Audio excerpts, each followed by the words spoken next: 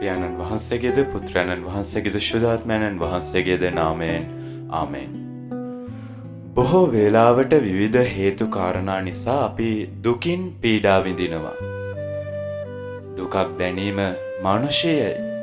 බොහෝ වේලාවට මේ බව තේරුම් නොගෙන පිළි නොගෙන ඒ දුර්වලකමක් ලෙස දැකීමත් කාන්තාවකගේ ස්වභාවයක් ලෙස නිර්වචනය කිරීමත් නිසා එහි සැබෑව එනම් ඇයි මට දුකක් දැනෙන්නේ කියන කාරණාව තේරුම් ගත නොහැකි වෙනවා. එතකොට එයත් එකතු වෙන්නේ Taman පීඩණයට පත් කරන හැඟීම් දැනීම් අතරටයි. සෑම මිනිසෙකු තුලම හැඟීම් දැනීම් ඇත. ඒ හැඟීම් දැනීම් හිත මිතුරන් විය යුතුයි. ඒවට නිසි සැලකිල්ල දිය යුතුයි. අඩු වැඩිය ජීවිතයේ සමතුලිතතාවයට බාධාවක් විය හැකියි. හැමදේම එහෙමනේ. ඕනෑවට වඩා ඕනෑම දෙයක් විතරක් නෙමෙයි ඕනෑවට අඩුවෙන්ද ඕනෑම දෙයක් හොඳ නැහැ. ශෝක වන්නෝ වික්ෂෝප වන්නෝ භාග්‍යවන්තයෝය. ඔහු සැනසීම ලබන්නෝය.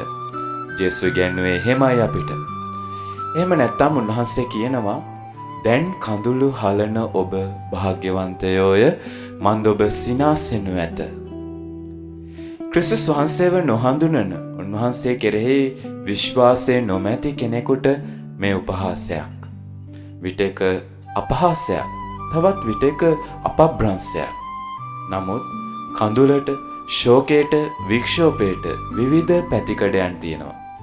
දරුවෙකු ජයග්‍රහණයක් ලබනු දකින මවගේ කඳුලේ හා තම ජීවිතය විනාශ කරගන්න දරුවෙකු වෙනුවෙන් රූරා හැලෙන කඳුලේද තමන් පණමෙන් ප්‍රේම කළ දරුවා තමන් ඉදිරියේ අප්‍රාණික මියැදුණු සිරුරක්සේ උකුලේ හොවන විට හැලෙන කඳුලේද මේ පැතිකඩයන් වෙන්වෙන්ව පැහැදිලිව හඳුනාගත හැකි.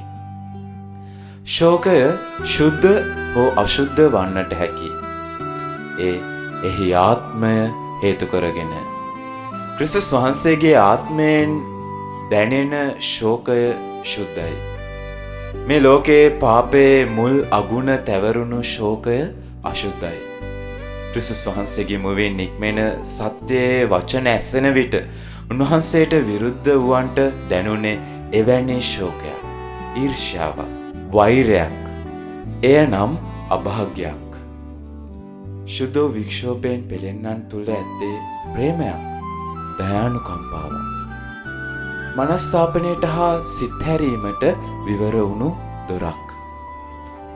එවැන්නන්ගේ කඳුලේදී, ශෝකයේදී හා වික්ෂෝපයේදී සමිදානෝ ඔවුන්ට සවන් දෙන සේක. ඔවුන්ගේ දුම්නස සොම්නසට හැරෙනු ඇත. ඒ සොම්නස කිසිවෙකුට පැහැරගත නොහැකිය.